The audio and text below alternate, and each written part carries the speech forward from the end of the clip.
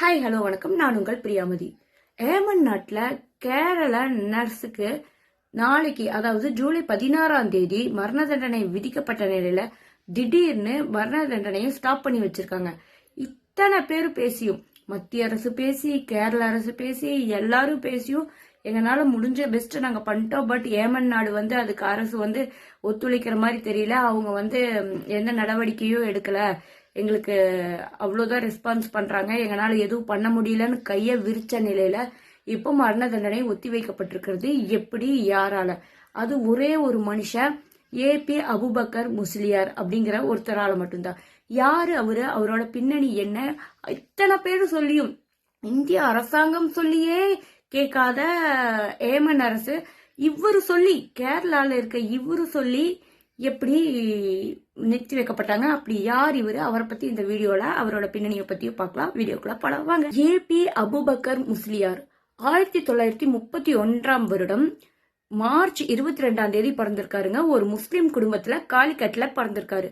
காலிக்கட்ல பிறந்த இவருக்கு சின்ன வயசுல இருந்தே ஆன்மீகம்னா ரொம்ப இஷ்டம். ஏன்னா அவங்க ஃபேமிலி ஆன்மீகத்துல இருக்கிறதுனால அதன் மூலமாவே இவருக்கு ஆன்மீகத்துல ரொம்ப இன்ட்ரெஸ்ட் ஆயிடுச்சு.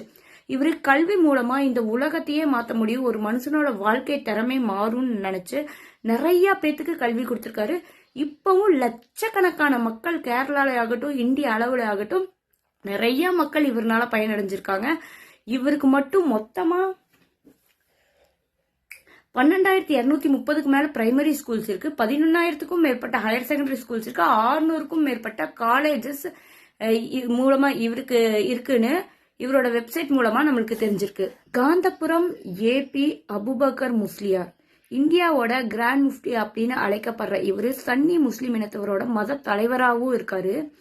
இத்தனை பேர் பேசியும் ஏத்துக்காத, தன்னோட சட்டத்திலிருந்து பின்வாங்காத ஏமன் அரசு இவரு பேசி எப்படிரா இந்த கேஸை வாபஸ் வாங்கினாங்க, மரண தண்டனையை ஒத்தி வச்சாங்கன்னு பாத்தீங்கன்னா, இவரு கடைசி நேரத்துல ஏமன் நாட்டில் இருக்க மத தலைவர்களோட பேச்சுவார்த்தை நடத்தி அவர்கள் மூலமா, மத தலைவர்கள் மூலமாக அரசாங்கத்திடம் பேசி ஏமன் அரசு இதை இப்போதைக்கு ஸ்டாப் பண்ணி வச்சிருக்காங்க.